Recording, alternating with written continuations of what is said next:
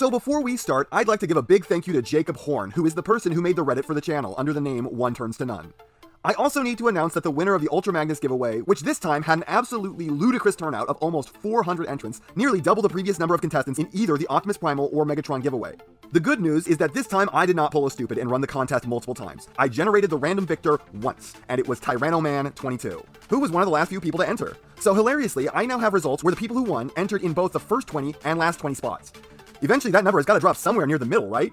And yet, despite that, there still was a weird wrinkle in the contest because I realized with shipping the way it is right now, it would be $36 to $40 to have this shipped to them, while it would be about $36 to buy an entirely new copy off the Big Bad Toy Store right now and have it shipped to them. So it's cheaper to buy and ship a new one than it is to just ship the one I already had. So I'm at a loss here. I was trying to give away something I wasn't really able to appreciate enough because I had other versions of the exact same thing, and now I still have that because it would cost more to give it away, and the person who won actually is getting more out of it because it will be coming with a minifigure and Energon. Sometimes life is stupid, everyone. Maybe I'll have to give this away again at some time when it won't just be cheaper to buy a new one instead. Anyways, congratulations to the victor Tyrannoman. I really wish I could have given something to everyone who entered. There are so many of you out there who told me how much it would mean to you to have won, and it just breaks my heart that I couldn't do something for all of you. I wish everyone who entered the best, and I hope that even if it's not through me, you all find a way to get yourselves some Ultra Magnuses. If you are looking, like I said, you can find the spoilers inside one on the Big Bad Toy Store for $30. So, the price of a Voyager plus shipping. Anyways, welcome to day 2 of the week of Ultra Magnuses. This time we're talking about the Iron Factory City Commander. That's Iron Factory's IDW Space Ultra Magnus if you don't speak legally distinctese. This thing is both weirdly small and big at the same time. For those who don't know what Iron Factory is, they are a third-party, legend-scale company who produces products exclusively with their own company-wide aesthetic. They are one of the few companies out there producing not anything even tangentially G1 style, and I'm not interested in their products.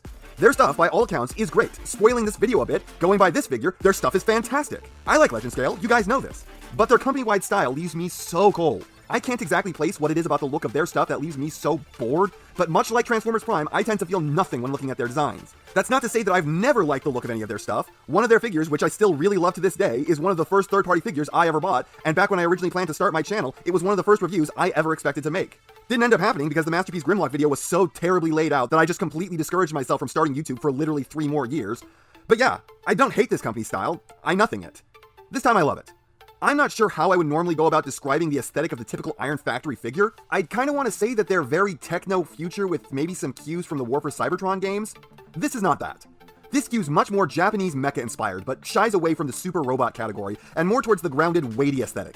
Which, by grounded, I mean massively over-designed with very heavy panels and protrusions, as well as superfluous markings, and probably with massive super lasers, but still probably less likely to have kung fu fights in space. Everything about the way he's sculpted, from the superfluous X's all over him, to the deep panel lining, to the clear, I don't know, energy tubing, to the total nonsense acronyms, graphic designs, and text adorning him in the most non-useful but visually cool ways, screams that certain specific Japanese aesthetic not much else even looks similar to. Normally, I'm not much one for this design philosophy, but I do have to admit it's really working here.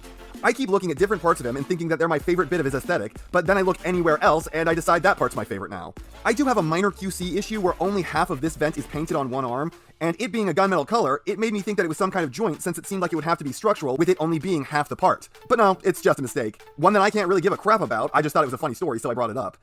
The only thing I don't think's working here is the hip skirts. The ones in front are a bit boring, and the ones off to the side are ugly. If you flip the side skirts up, his hips look way cleaner, and they do kind of add to the natural flow of his torso. While I do like the cleanliness of it, I prefer the harsher angles of them being down. There is one problem I have with this whole thing though, and that's the tab that the neck sits on is not very secure, and it loves popping out. And when I say that, I mean it probably loves doing that more than anything I've ever described as loving to do something to you guys. It borderline just exists out of place no matter what. As I alluded to earlier, this is a legend scale figure, and that means a very weird thing in this context, because this is an attempt at their interpretation of an IDW-style Ultra Magnus, who was one of the most hulking characters in that series, dwarfing just about everyone else no matter how big they were. So, he's a giant character in legend scale.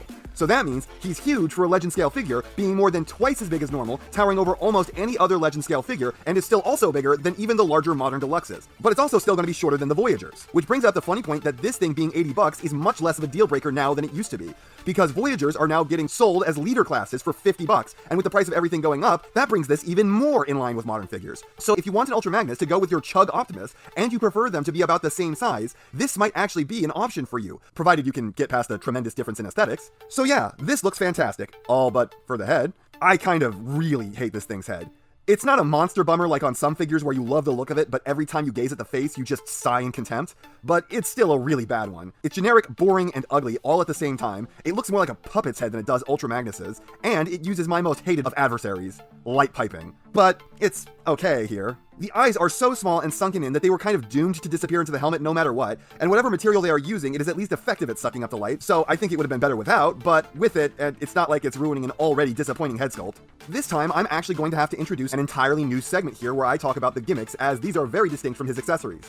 For starters, he's got these brass knuckles that you can leave up for decoration or flip into place to punch up his punching with those giant mitts. He's also got these pain in the ass to flip out wrist dildos. Are these supposed to be rockets or piddly little guns?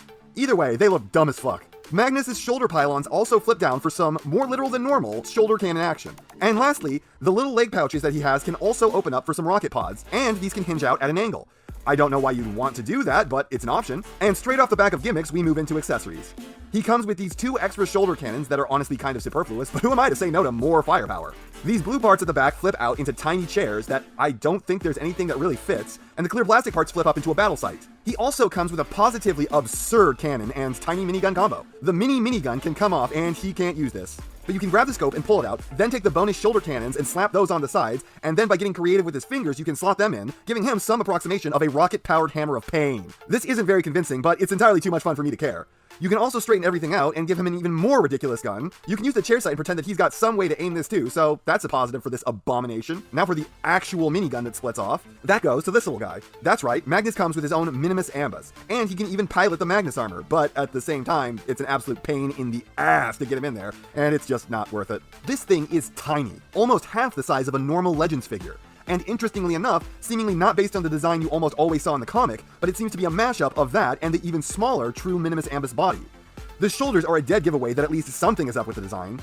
So, this guy is tiny, he's even smaller than my thumb, and yet he also transforms. Transformation is not super impressive or anything, and he requires the minigun to parts form in order to lock the back half together, so it's a nice added feature, but the real impressive part is how this guy poses. Again, tiny guy, and yet he poses better than almost any Siege figure. Head has more range than almost any Siege figure. Shoulders have more range than almost any Siege figure. He's got backwards butterfly, fully working ankles with more joints and more range than almost any Siege figure. Knees with more range than almost any Siege figure. And get this minuscule dude has an ab crunch with side to side. Just about the only thing this guy is not doing well is the light piping. I can finally say that it would have been better had they not bothered with this.